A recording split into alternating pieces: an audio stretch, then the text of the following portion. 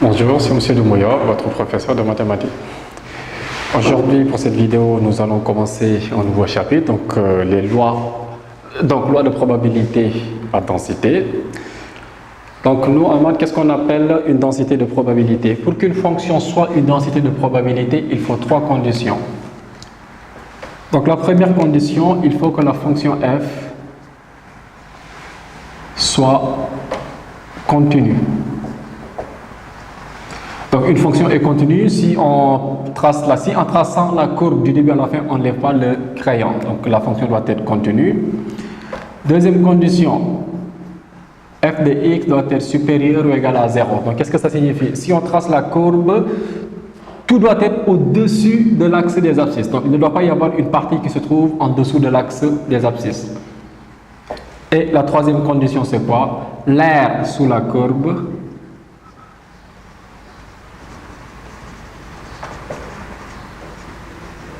est égal à 1. Donc l'aire sous la courbe est égal à 1 veut dire que si on calcule l'intégrale, donc f de x dx, supposons sur l'intervalle qu'on a pris entre a et b, on doit toujours trouver 1. Si l'une des conditions n'est pas vérifiée, on ne peut pas parler de densité de probabilité. Maintenant, pour la fonction densité, on a dit que c'est une fonction continue. Regardez ce qui se passe. Si on vous demande de calculer une probabilité p de x égale a avec une loi continue, le résultat sera toujours égal à 0, quelle que soit la valeur de a. Parce que nous, on ne calcule pas la probabilité en un point, mais on calcule la probabilité sur un intervalle. Et là, si on vous demande de calculer p de x inférieur ou égal à a, c'est la même chose que p de x strictement inférieur à a. Donc ça, c'est une chose. Et la dernière chose, p de x aussi supérieur ou égal à a est égal à p de x strictement supérieur à a. Donc ça, ce sont des choses à connaître. Donc là, on va essayer de voir quelques exemples pour la loi continue. Donc là, on va faire cet exemple. Donc, qu'est-ce qu'on demande de faire? On a une fonction f qui est égale à 3x carré. Et pour la première question, on demande de justifier que f est une densité de probabilité. Bon, déjà, on avait dit pour la densité de probabilité, il faut trois conditions. Il faut que la fonction soit continue. Donc, f est une fonction polynôme.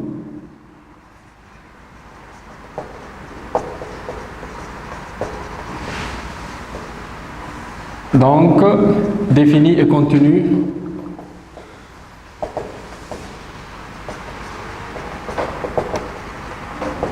sur son intervalle de définition. Donc, ici, ce sera 0,1. C'est ce que l'énoncé nous a donné.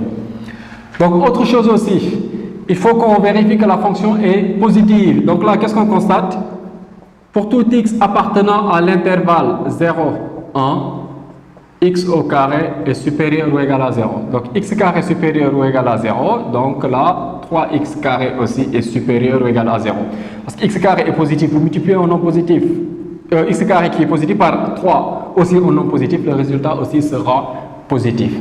Et dernière condition, on va essayer de déterminer l'aire sous la courbe, c'est-à-dire on calcule l'intégrale entre 0 et 1 de f de x dx. Si on trouve 1, cela veut dire que la fonction f est une densité de probabilité. Sinon, on n'a pas une densité de probabilité. Donc là, on a 3x carré dx. Donc nous, on va intégrer 3x carré dx. Donc qu'est-ce qu'on aura? Donc pour l'intégrale, on sait que l'intégrale de x carré, donc si on nous donne x puissance n, l'intégrale de x puissance n, ce sera 1 sur n plus 1. Donc là, j'ai x puissance n pour l'intégrale, je fais 1 sur n plus 1, x puissance n plus 1, et ce sera ça.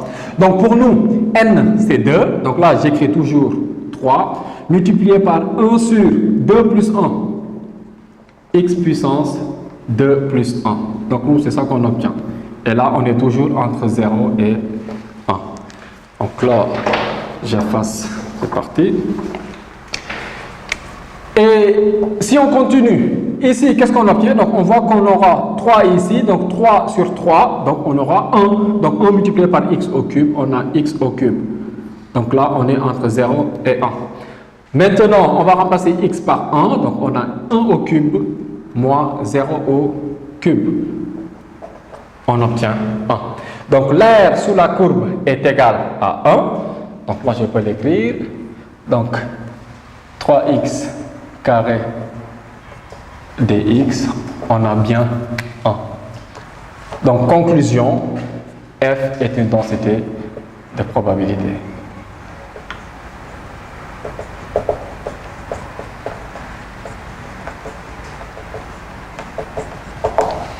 Donc F est une densité de probabilité. Maintenant, on va calculer P de x supérieur à 0,5.